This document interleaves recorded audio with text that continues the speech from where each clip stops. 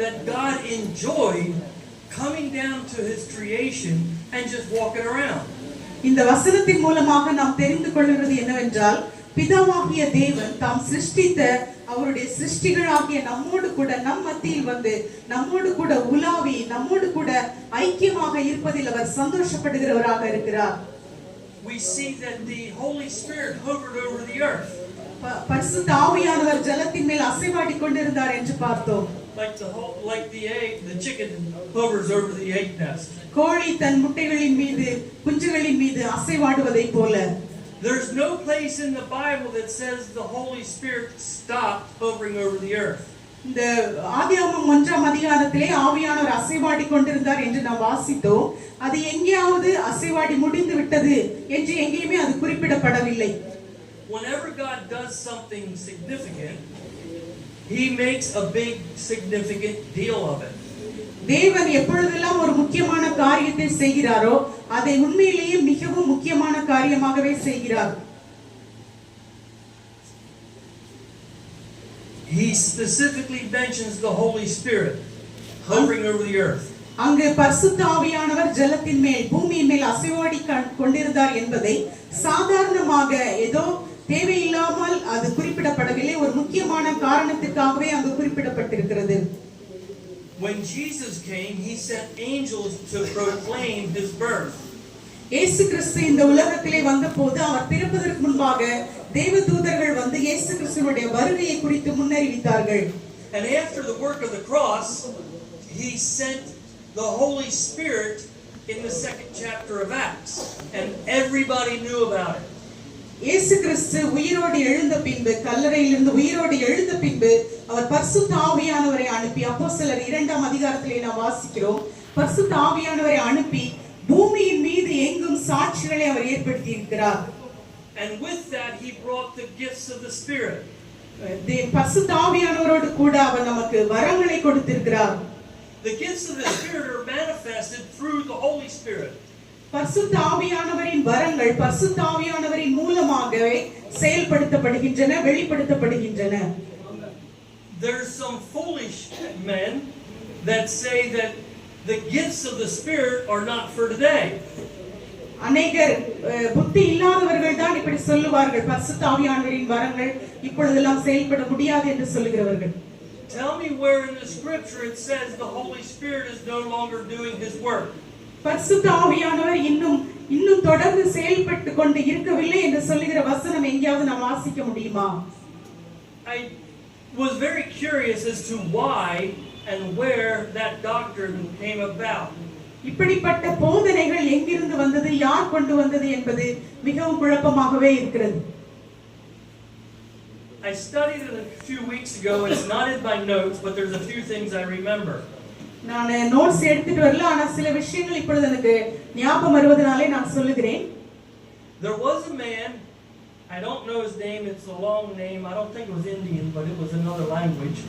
ஒரு மனிதரை எனக்கு தெரியும், அவருடைய பெயர் ரொம்ப நீளமாக இருப்பதனால எனக்கு ஞாபகம் இல்லை. He was the bishop of Hippo. அவர் ஒரு பிஷப்பாக இருக்கிறார், hippo. And he said he doesn't see any miracles anymore. அவர் சொல்லுகிறார் இனிமே அற்புதங்கள் அடையாளங்கள் எல்லாம் நடைபெறுவதே இல்லை என்று. So everybody takes from that the Holy Spirit isn't working anymore. அதை அவர் அப்படி சொல்வதன் மூலமாக எல்லாரும் என்ன நினைக்கிறார்கள், பரிசுத்த ஆவியானவர் இனிமேல் கிரியை செய்வதில்லை என்று. Jesus said, when the Son of Man returns, will he find faith on the earth? நாம் வசனத்திலே வாசிக்கிறோம், ஆண்டவராக இயேசு கிறிஸ்து சொல்லுகிறார், மனுஷகுமாரன் வரும்போது விசுவாசத்தை காண்பாரோ என்று. If he would have returned during that time, the answer would have been no, he won't find faith. ஆண்டவராகிய இயேசு கிறிஸ்து வரும்போது அவர் விசுவாசத்தை காண்பாரா? But we are not of those that are full of unbelief. ஆனால் அநேகர் அதை விசுவாசிக்காதவர்கள் இருக்கிறார்கள். Amen. So the Holy Spirit is still hovering over the earth and he's still doing his work today. எனவே பரிசுத்த ஆவியானவர் இன்னும் தொடர்ந்து பூமியின் மேல் அசைவாடி கொண்டிருக்கிறார், அவர் தொடர்ந்து கிரியை செய்து கொண்டிருக்கிறார். I'm going to say a lot of things now, but I'm not going to go back and have you look up the scriptures. It's for God to conceal a thing and a king to reveal it.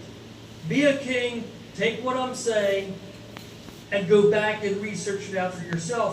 Then it becomes part of your heart. நான் अनेक காரியங்களை குறித்து உங்களுக்கு சொல்லுகிறேன். நீதிமொழிகளிலே நாம் நேற்று வாசித்தோம் அல்லவா, காரியத்தை மறைப்பது தேவனுடைய காரியம். ராஜாக்கள் என்ன செய்வாங்க?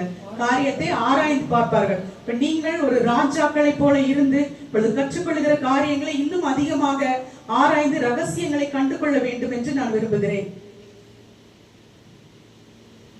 The Lord told, I believe it was Abraham, I am God and I change not. தேவன் ஆபிரகாமிடத்திலே சொல்லுகிறார், நான் கர்த்தர், நான் மாறாதவர் என்று. So, let's go back and see what God wanted when he created the earth. தேவன் இந்த உலகத்தை சிருஷ்டித்த போது என்ன விரும்பினார் என்பதை நாம் கற்றுக்கொள்ளலாம். If he doesn't change his character, then what he produced in the garden is what he desires for today. தேவன் எப்பொழுதுமே அவர் மாறாதவராகவே இருக்கிறார். அவர் இந்த ஏதேன் தோட்டத்தை உருவாக்கி ஆதாம் ஏவாளை உருவாக்கி அவர்களை எதற்காக சிருஷ்டித்தாரோ, ஏதேன் தோட்டத்தை அவர் எதற்காக கொடுத்தாரோ, அதே தேவன் இன்றும் மாறாதவராக இருக்கிறார் என்றால் அந்த நன்மைகள், அந்த ஆசீர்வாதங்கள் இன்றைக்கும் நம்முடைய வாழ்க்கையிலே கர்த்தர் செய்கிறவராகவே இருக்கிறார். Okay, so was there any sickness in the garden? Eden தோட்டத்திலே வியாதி இருந்ததா? Sickness. God was very specific on how he made the earth. If he wanted sickness in the garden, he would have spelled that out. இந்த உலகத்திலே வியாதி இருக்க வேண்டும், மனுஷர்களுக்கு நோய், டிசீஸ் இருக்கணும் அப்படின்னு ஆண்டவர் நினைச்சிருந்தார்னா அந்த ஆதியாகமம் ஏதேன் தோட்டத்திலே என்ன இருந்திருக்கும்? வியாதி இருந்திருக்கும். And you don't find any place where Adam and Eve tripped over a rock, hurt themselves, and the Lord said, I'm trying to teach you something. அந்த ஆதாம் ஏவாளும் அவங்க நடந்து போகும்போது ஏதோ கல்லுல அடிபட்டு பாறையில உருண்டு விழுந்து அடிபட்டு காயப்பட்டு அப்படி பலவீனமா இருந்த காரியங்கள் ஏதாவது நம்ம பார்க்கிறோமா வேதாகமத்துல? அப்படி எதுவும் இல்ல. If I told you that when my children were younger, they would walk past me and I would smack them on the back of the head, you would think I was not a good father. நான் உங்களுக்கு சொல்லட்டுமா, என்னுடைய பிள்ளைங்க சின்ன பிள்ளைங்களா இருக்கும்போது அவங்க அப்படியே இஷ்டத்துக்கு ஓடுனாங்கன்னா நம்ம அப்பா என்ன செய்வாங்க? தலையில ஒரு அடி கொடுப்பாங்க. So I would do that and they would run to mom and say, Mom, why did dad hit me? அப்ப அவங்க அம்மாட்ட போய், அம்மா நான் வேகமா நடந்தேன், அப்பா என்னை எதுக்கு அடிக்கிறாங்கன்னு கேட்பாங்க. And her response was, you'll figure it out. நீ அதை அறிந்து கொள்ள வேண்டும் என்று சொல்லுவேன். And after they stop crying, they come to me. அவர்கள் அதற்கு பின்பாக என்னிடத்திலே வந்து கேட்பார்கள், Dad, why did you hit me? எதுக்கு நீ அடிச்சீங்க? What did I do? நான் என்ன தப்பு செஞ்சேன்?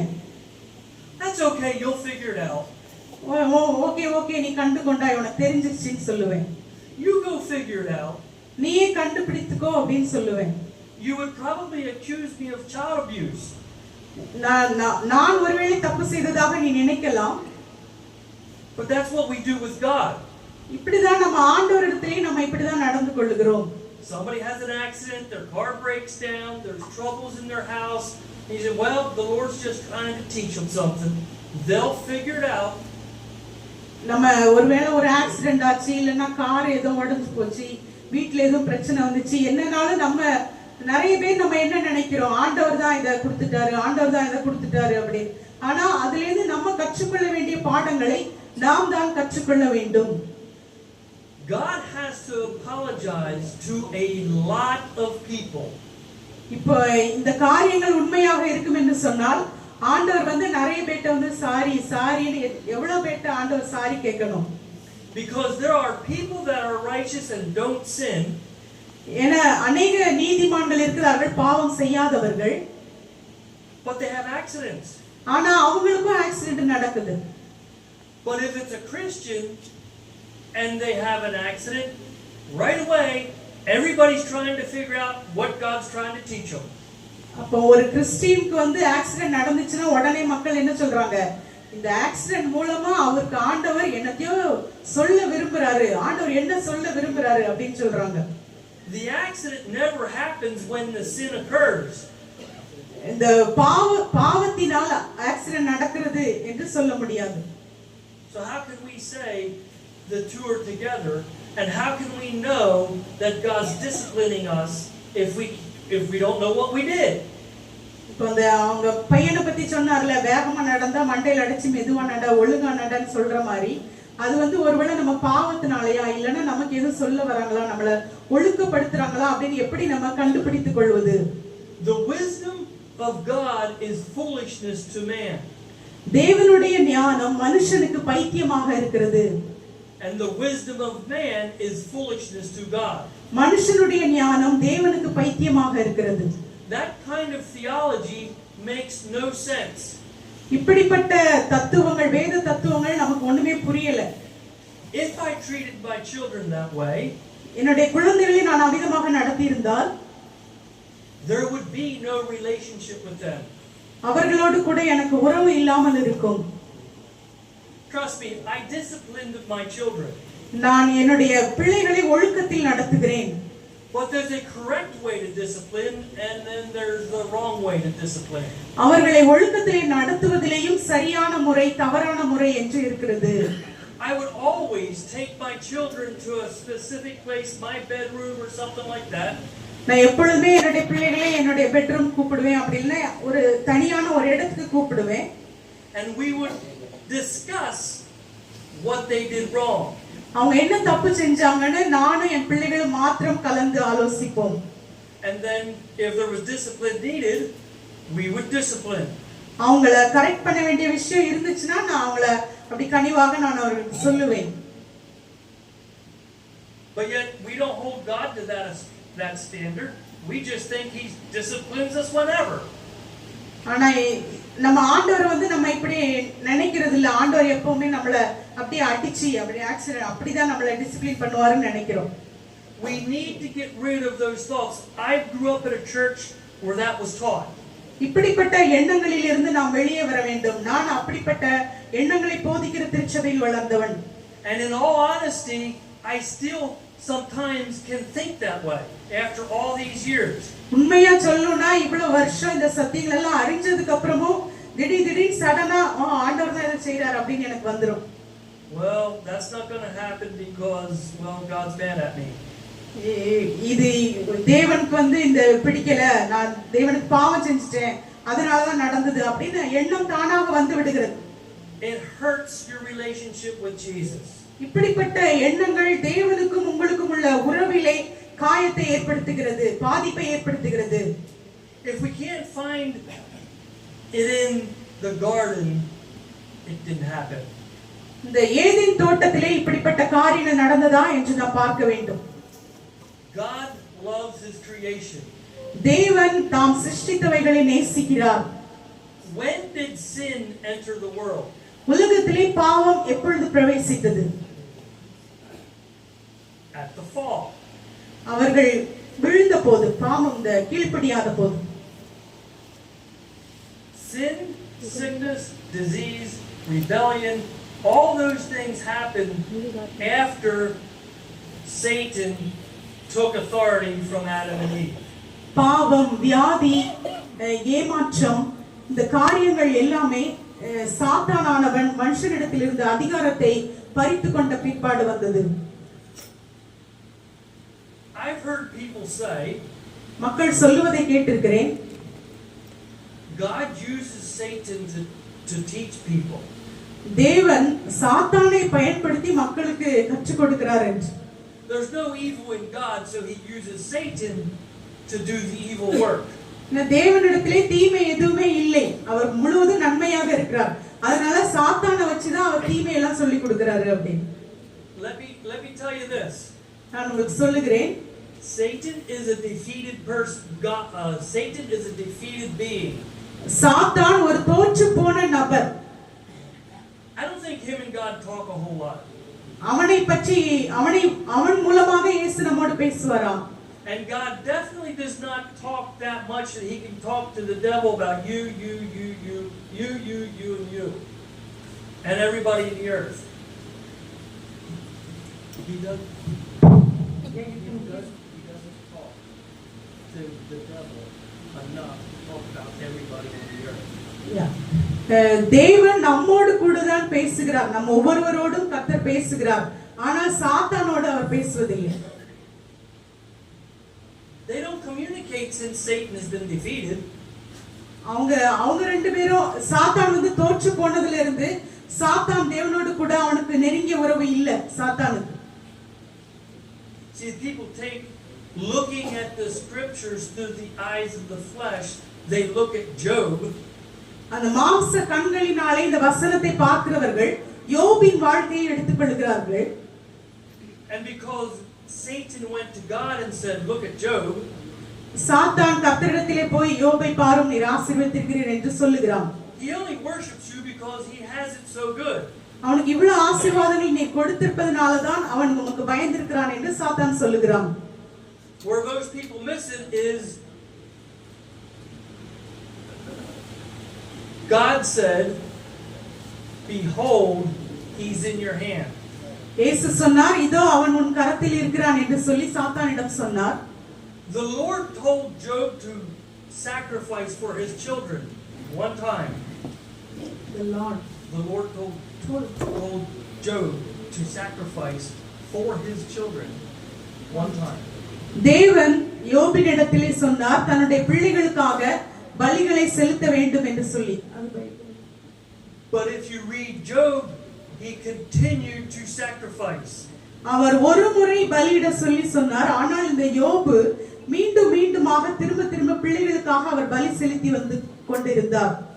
He started to sacrifice out of fear. அவர் பயந்து போய் பயத்தினால திரும்ப பலி செலுத்தினார். He was afraid his children might have done something today. I need to sacrifice today to cover their sin. நம்ம வசனத்துல வாசிக்கிறோம், யோபு சொல்வார், என்னுடைய பிள்ளைகள் ஒருவேளை பாவம் செய்திருப்பார்கள், அவங்க ஒருவேளை நீ தப்பு பண்ணிருப்பாங்க, அதுக்கு பரிகாரம் செலுத்த வேண்டும் என்று சொல்லி பயத்தின் காரணமாக அவர் பலிகளை செலுத்தி கொண்டே இருந்தார். After it was all over, he said, "All that I have feared has come upon me." யோபு சொல்லுகிறார், இந்த சோதனைகள் எல்லாம் நடந்தும் நான் பயந்தது எனக்கு நேரிட்டது. Fear is faith perverted. பயம் என்பது விசுவாசத்துக்கு எதிராக இருப்பது. நம்ம விசுவாசம் இல்லை என்றால் பயம், இந்த ரெண்டும் எதிராக இருக்கிறது. Remember, everything God had, Satan perverted. தேவன் எதையெல்லாம் வைத்திருக்கிறாரோ அதையெல்லாம் சாத்தான் அப்படியே தலைகீழாக திருப்பி நமக்கு எதிராக காண்பிப்பான். I like to exchange the word faith because I think it's used too much. The faith, அந்த விசுவாசம், அதை வந்து நம்ம ரொம்ப சாதாரணமா எடுத்துட்டோம். அதனால வேற ஒரு வார்த்தை மூலமாக அவர் சொல்ல விரும்புகிறார். I exchange it with the word confidence. இதை நான் நம்பிக்கை கான்ஃபிடன்ஸ் என்ற வார்த்தை, கான்ஃபிடன்ஸ் நம்பிக்கை, இந்த வார்த்தையை நாம் உபயோகிக்கலாம். You sat down on that chair because you had confidence it would hold you up. இந்த சேர்ல வந்து நம்ம நம்பி தான் நம்ம உட்கார்ந்திருக்கோம் அந்த சேர்ல. Or you could say you had faith that it would hold you up. ஒருவேளை நம்ம கீழ விழுந்துறலாம், உடைஞ்சிரலாம் அப்படி நம்ம நினைக்கலாம். But faith is used in so many different ways, it's overused. ஆனா விசுவாசம் என்கிற வார்த்தையை சாதாரண விஷயங்களுக்கெல்லாம் நம்ம யூசுவலா பயன்படுத்திட்டோம். To the point that the Muslims have faith in a God that is not. Muslims have faith. முஸ்லிம்களுக்கு வந்து தேவன் மீது நம்பிக்கை இருக்கிறதா இல்லையா அத கூட நம்ம விசுவாசத்துல கொண்டு வரோம். But if you talk to them, they don't have confidence in that. அது நம்ம கான்ஃபிடன்ஸ் நம்பிக்கை அப்படினு நம்ம சொல்றது இல்ல. See, so I think outside the box. நான் வந்து எப்பவுமே பாக்ஸ்க்கு வெளியே யோசிக்கிறேன், உங்களுக்கு ஏற்கனவே சொன்ன மாதிரி. So I try to find words that I can exchange that makes a little bit more sense. நமக்கு புரியுற மாதிரி வார்த்தைகளை மாத்தி வார்த்தைகளை வேறு வார்த்தைகளை உபயோகப்படுத்தி நான் புரியும்படியாக செய்கிறேன். And if you look up the word in the esword.com or the esword.net, confidence is used in the definition of faith. ஈஸ்வார்ட் அந்த அப்ளிகேஷன் சொன்னாங்கல, அதுல நீங்க பாத்தீங்கன்னா faith விசுவாசம் என்கிற வார்த்தையிலே faithக்கு பதிலா confidence நம்பிக்கை அத வந்து யூஸ் பண்ணிருக்காங்க. So it's okay to use it there. எனவே நம்ம இப்ப நம்பிக்கை அப்படிங்கறத நம்ம எடுத்துக்கலாம். We cannot have confidence in a God that we think is the problem. நம்ம தேவன் மீது நம்பிக்கை வைக்க முடியாது அப்படி நம்ம நினைக்கிறது தான் ஒரு பிரச்சனையா இருக்கு. It's impossible. நம்ம தேவன் மீது நம்பிக்கை வைக்க முடியாது, அது நம்மளால முடியாது அப்படி நம்ம நினைக்கிறோம். I noticed that there's a lot of dogs around. நிறைய டோர் கதவுகள் இருக்கிறதை நான் பார்க்கிறேன். டாக்ஸ் நாய்கள். Even a dog will run from you if you hit it every time you get close. ஒரு எந்த நாயா இருந்தாலும் நம்ம கல்ல தூக்குனா கையை ஓங்கினாலே என்ன செஞ்சிரும், ஓடி போயிடும். You can put food there. அதுக்கு சாப்பாடு கொடுக்கலாம். If the dog's hungry and he comes for the food, நாய்க்கு பசியா இருந்துச்சுன்னா அது நம்ம கொடுக்கிற சாப்பாடு வந்து சாப்பிடும். and you hit it with a stick, இப்போ ஒரு கம்பு எடுத்து அதை அடிச்சீங்கன்னா after a while he'll stop coming and he'll starve to death. அது வந்து நம்ம சாப்பாடு வச்சாலும் என்ன வராது. நம்ம ஒரு தடவை அடிச்சிட்டோம்னா சாப்பாடு வச்சாலும் வராது. சாப்பாடு சாப்பிடுறத விட நான் பட்டினி கிடந்து சாகுறேன்னு செத்துரும். Because he has fear of you. ஏனெனில் அது நம்ம பற்றி பயப்படுது. நம்ம சாப்பாடு வைக்க மாதிரி வச்சுட்டு அடிச்சிருவோம். Or you could say he has confidence that you'll hit him. ஏனா இல்லனா என்ன சொல்லலாம், அதுக்கு ஒரு நம்பிக்கை, கான்ஃபிடன்ஸ், நம்பிக்கை இருக்கு கண்டிப்பா நம்ம அடிப்பா அப்படி. Or he has faith that you will hit him. அதெல்லாம் விசுவாசம், நம்பிக்கை இல்ல விசுவாசம், கண்டிப்பா அடிப்பாங்க. We need to get that concept out of our minds. இப்படிப்பட்ட எண்ணத்தை நம்முடைய மனதிலிருந்து எடுக்க வேண்டும். Go back to the garden and look what it would have been like. நாம் ஏதேன் தோட்டத்தின் வாழ்க்கைக்கு நேராக நாம் மீண்டுமாக சென்று அந்த வாழ்க்கை எப்படி இருந்தது என்பதை குறித்த அறிவு உடையவர்களாக நாம் மாற வேண்டும். The same God that created the earth and the garden created heaven. ஆண்டவராகிய தேவன் அவர்தான் பூமியை சிருஷ்டித்தார், ஏதேன் தோட்டத்தை சிருஷ்டித்தார், அவரே பரலோகத்தையும் உண்டாக்கி இருக்கிறார். ஆமென். The garden was like heaven here on earth. Eden தோட்டம் என்பது பரலோகம் எப்படி இருக்கிறதோ அதே போல பூமியிலே ஒரு பரலோகம், அதுதான் ஏதேன் தோட்டம். That is the way God intended mankind to live on this earth. இந்த பூமியிலே நாம் அப்படிப்பட்ட ஒரு பரலோக வாழ்க்கையை வாழத்தான் தேவன் நம்மை உண்டாக்கி இருக்கிறார். We saw that the difference between us and all other created beings is we're in the image of God. நம்மிலும் மற்ற உயிரினங்களிலும் நாம் பார்க்கிற வித்தியாசம் என்னவென்றால் நாம் தேவனுடைய சாயலிலே உண்டாக்கப்பட்டிருக்கிறோம். That separates us from the angels, இதுதான் தேவ தூதர்களிலிருந்து நம்மை வித்தியாசப்படுத்துகிறது. from the demons, பிசாசிடமிருந்து கூட, from Satan, சாத்தானிடமிருந்து, and from the animals. மிருகங்களிடமிருந்து. The only creature that was created in the image of God. தேவனுடைய சாயலில் உண்டாக்கப்பட்ட ஒரே ஒரு நபர் யார்? உயிரினம். David said, தாவீது சொல்லுகிறார், நம்ம எல்லாரும் தான், ஆதாம் ஏவாள் மட்டும் இல்ல, நம்ம எல்லாருமே என்ன தேவ சாயல்ல தான் உண்டாக்கப்பட்டிருக்கிறோம்.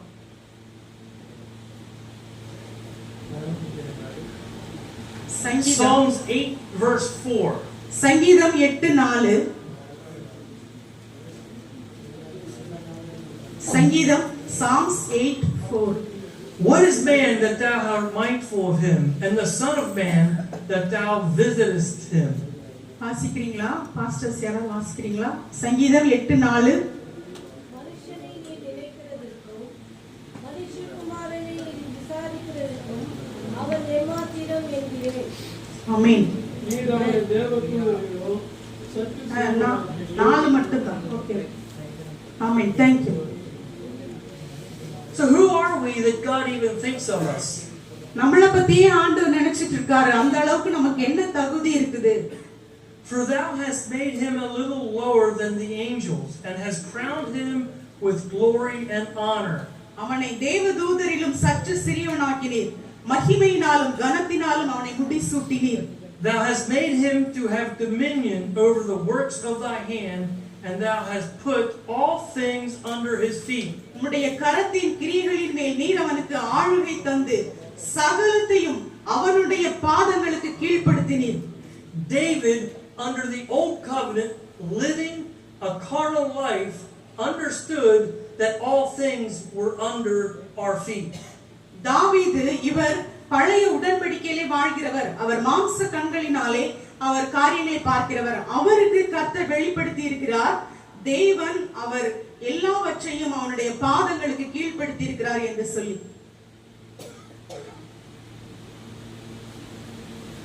What is interesting to me is that when you do a word search on the word angel, the angel அப்படிங்கற வார்த்தையை வச்சு நீங்க சர்ச் பண்ணி பாத்தீங்கன்னா, in the Hebrew, எபிரேய மொழியிலே, it's actually the same verse as Genesis chapter 1. இந்த angel தேவதூதனுக்கு பயன்படுத்தப்பட்டிருக்கிற வார்த்தை ஆதியாகமம் 1ஆம் அதிகாரத்திலே இருக்கிற வார்த்தை. In the beginning, Elohim. ஆதியிலே தேவன், தேவன் எலோஹிம் என்ற வார்த்தை உபயோகப்பட்டிருக்கிறது. Created heaven and earth. வானத்தையும் பூமியையும் சிருஷ்டித்தார். I believe that when the men that translated the Hebrew into English could not grasp that thought process, so they put angels in there because that makes us a little better. Hebrew நமக்கு Bible original இதுல ஹீப்ருல எழுதிருக்காங்க பழைய ஏற்பாடு. இந்த சங்கீதத்துல தேவதூதர்னு போட்டிருக்கல, இதுல வந்து ஹீப்ருல என்ன போட்டிருக்கா ஏலோஹிம் அப்படி போட்டிருக்கு. அந்த ஏலோஹிம் ஆதியாகமம் 1:1 ஆதியிலே தேவன், in the beginning ஏலோஹிம். அப்ப அந்த டிரான்ஸ்லேட் பண்ணவங்களுக்கு ஏலோஹிம் போடுற அளவுக்கு அவங்களால அதை கிரகிக்க முடியல. அதனால அவங்க தேவதூதர் அப்படிங்கிற வார்த்தையை அவங்க யூஸ் பண்ணிட்டாங்க. However, it cannot be angels. எப்படி ஆயினும் அது தேவதூதராக இருக்க முடியாது. Because we're going to judge angels. ஏனெனில் நாம் தேவதூதர்களையும் நியாயம் தீர்க்க போகிறோம். I don't have that verse, but we're going to judge angels. You cannot judge something that's higher than you. அந்த வசனம் யாருக்கா ஞாபகம் இருக்கா? தேவதூதர்களையும் நியாயம் தீர்ப்போம் என்று அறியீர்களா? அப்போ வந்து தேவதூதர்கள் நமக்கு மேலான அதிகாரத்துல இருந்தாங்கன்னா, நமக்கு மேலான அதிகாரத்துல இருக்கிறவங்கள நம்ம நியாயம் தீர்க்க முடியுமா? முடியாது. அப்போ தேவதூதர்கள் கீழே இருக்காங்க. God did not make us a little lower than angels that we're going to judge. இப்ப நம்ம தேவதூதர்களை நியாயம் தீர்க்க வேண்டும் என்று சொன்னால் தேவன் தேவதூதரை விட சிறியவராக நம்மை உண்டாக்கவில்லை. He made us a little lower than Elohim. தேவன் நம்மை ஏலோஹிம் தேவனை விட சற்று சிறியவர்களாக உண்டாக்கி இருக்கிறார். You don't get it, do you? புரியுதா உங்களுக்கு? No, you don't. Because I don't see how you're sitting there if you really understand it. நம்ப முடியல. They can't believe. You don't believe it. How could you not get excited about the fact that we're not lower than angels, we're just a little bit lower than God? நம்ம தேவனை விட சற்று சிறியவர்களாக இருக்கிறோம். தேவதூதர்களை விட அல்ல. யாரெல்லாம் இதை நம்புறீங்க? நம்புறவங்களா ஒரு அல்லேலூயா சொல்லுங்க. We are not and never will be equal with God. நம்ம தேவனுக்கு சரி நிகர் சமானமாக உண்டாக்கப்படவில்லை. And don't ever get that in your thought process. அதோ எப்பவுமே அந்த மைண்ட்ல அப்படி ஒரு எண்ணத்தை நீங்க எப்பவுமே எடுத்துறாதீங்க. God is God. தேவன் தேவனாகவே இருக்கிறார். Lord, creator of the universe. தேவன் அகில அண்ட சராசரத்தையும் சிருஷ்டித்தவர். But we're made in his image and in his likeness. ஆனால் நம்மை அவருடைய சாயலாக அவருடைய ரூபமாக சிருஷ்டித்திருக்கிறார். Why don't we live like it? நம்ம அத மாதிரி வாழ்றோமா? This might be a little bit hard to grasp because spent 3 months studying, and when I say studying, I'm not talking about 15 minutes a day. Genesis 1, 2, and 3. இது வந்து நமக்கு நம்புறதுக்கு வந்து ரொம்ப கஷ்டமா தான் இருக்கும், நான் ஒத்துக்கிறேன். நானே இதை வந்து 3 மாசமா டெய்லி 15 நிமிஷம் ஸ்பெண்ட் பண்ணி இதை வந்து நான் படிச்சேன் 3 மாசமா. That was the first time. முதல் முறையாக. I don't know how many hours I spent studying Genesis 1, 2, and 3. அப்புறம் இதை நான் படிக்க ஆரம்பிச்சதுக்கு அப்புறமா ஆதியாகமம் 1, 2, 3 இந்த 3 அதிகாரத்தை எத்தனை மணிக்கணக்கா படிச்சேன்னு எனக்கே தெரியாது. And if I'm honest with you, உண்மையை சொல்லணும்னா I still struggle with being made in the image of God. நான் இன்னும் படிச்சு முடிக்கல. அந்த சாயல் ரூபம் அதை இன்னும் நான் கம்ப்ளீட்டா படிச்சு முடிக்கல. I'm going to take it another step further. நான் இன்னும் ஒன்னு டீப்பா சொல்ல விரும்புறேன். If you put a dog and a cat together, a male dog and a female cat, ஒரு ரூம்க்குள்ள போடுறீங்க, ஒரு ஆண் நாயையும் ஒரு பெண் பூனையையும் போடுறீங்க. can you have a colt? ஒரு நாயும் பூனையும் சேர்ந்து ஒரு ஒண்ணு கிடைக்குமா? நாய் பூனைன்னு ஒண்ணு ஒரு குட்டி கிடைக்குமா? A mixture between a cat and a dog can't happen. No matter what you do, you cannot breed a cat and a dog and come up with this other species. இப்போ வந்து நாயையும் பூனையும் நம்ம கழுதைக்கெல்லாம் கல்யாணம் பண்றாங்களா, அது மாதிரி நாய்க்கும் பூனைக்கும் கல்யாணம் பண்ணி வச்சு இன்னொரு புதுசா ஒவ்வொரு உயிரினம் அப்படிலாம் நம்மளால கொண்டு வர முடியாது. Back home, they actually do that with horses and donkeys. இந்த வந்து குதிரைக்கும் கழுதைக்கும் இந்த மாதிரி ட்ரை பண்ணிருக்காங்க முந்தி. They've been doing it for thousands of years because the Bible talks about David on his mule. தாவீது கோவேர் கழுதையில் போனார் என்று நம்ம வாசிக்கிறோம். That's how they come up with mules. Mules cannot make more mules. They have to get a horse and a donkey. GoAir கழுதை என்பது குதிரையும் கழுதையும் சேர்ந்ததாக இருக்கிறது. And the donkey, the mules don't look like either. அந்த கோவேர் கழுதை பார்த்தா ஒவ்வொன்றும் சேமா இருக்காது, வேற வேற மாதிரி இருக்கும்.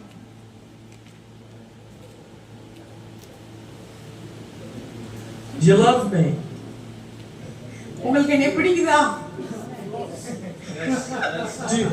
I'll be like Jesus. Do you phileo me?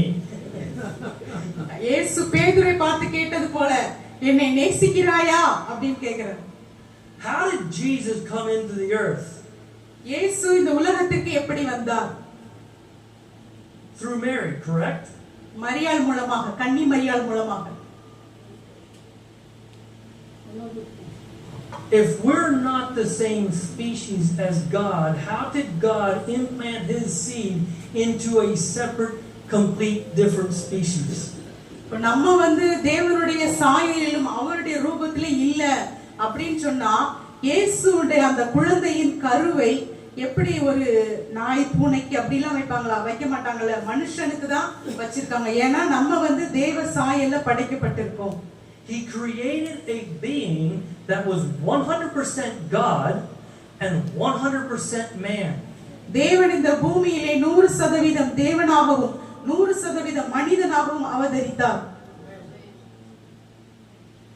We say Jesus is our brother. நாம் சொல்லுகிறோம் இயேசு நம்முடைய மூத்த சகோதரன். Now, I understand that in India, everybody's a brother to somebody and an uncle and an aunt, and you guys have families, but it's not like in the United States. இந்தியாவுல நான் என்ன பார்த்தேன்னா எப்படியாவது ஒருத்தருக்கு எப்படியாவது சொந்தக்காரங்களா இருக்கீங்க, ஆளாளுக்கு அங்க ஒண்ணு விட்டு அண்ணன் அப்படி இப்படி. ஆனா அமெரிக்கால அப்படி இல்ல. You call people my brother, we would say he's my fourth cousin, நம்ம வந்து not my brother. சித்தப்பா பையன் அவங்களெல்லாம் வந்து நம்ம வந்து தம்பி தான் சொல்றோம். கூட பிறந்தவங்க எல்லாமே சித்தப்பா பையன்ல கூட தம்பி தான் சொல்றோம். ஆனா அவங்க வந்து தம்பின்னு சொல்ல மாட்டாங்க, கசின் அப்படிதான் சொல்லுவாங்க. Jesus lives within us. இயேசு நமக்குள்ளே வாழ்கிறார்.